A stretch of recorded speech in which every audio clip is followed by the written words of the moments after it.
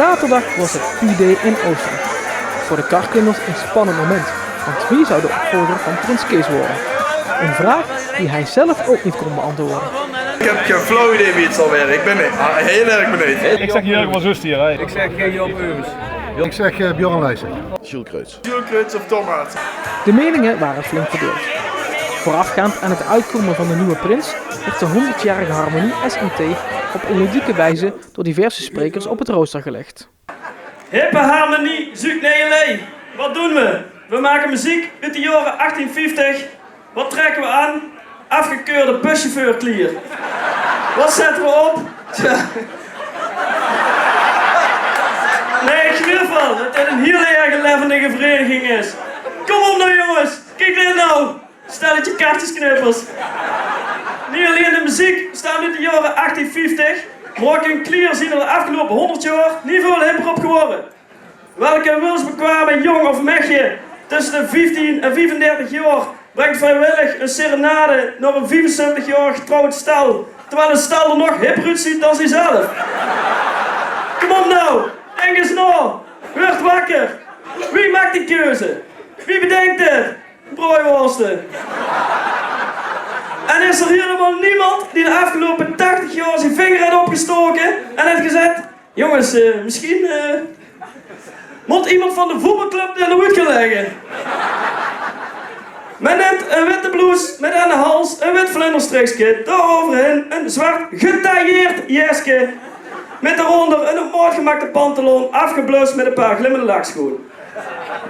Zet alsjeblieft niks op de kop, maar maak gebruik van haargel of wax of boenwas, banroel.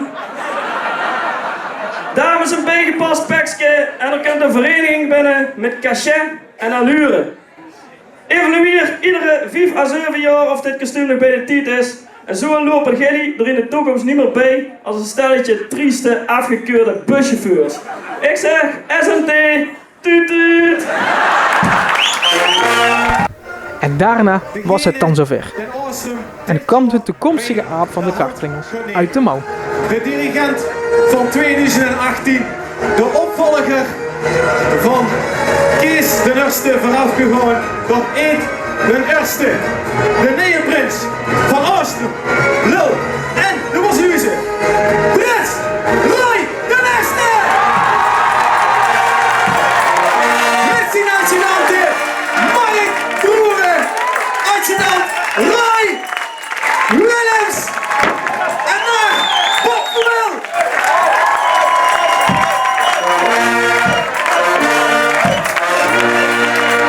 Dat het mocht. Ja, dat weet ik. Op de eerste plaats Roy, van hartstikke gefeliciteerd. Dank u wel. Je had het dan over 4 maanden. Een hele moeilijke periode. Hoe heb je dat uiteindelijk toch beleefd? Ja, gruwelijk spannend.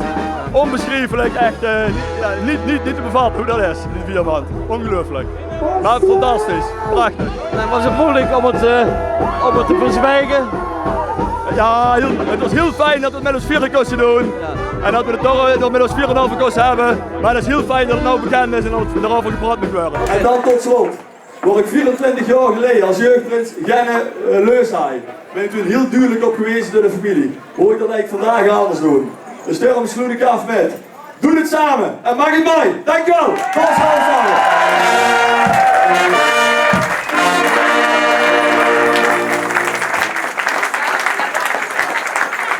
Ja, Roy, niks aan toe te voegen. We gaan meteen de zaal in. Maak er nog een hele mooie aanval, lange avond van. Vastenavond samen.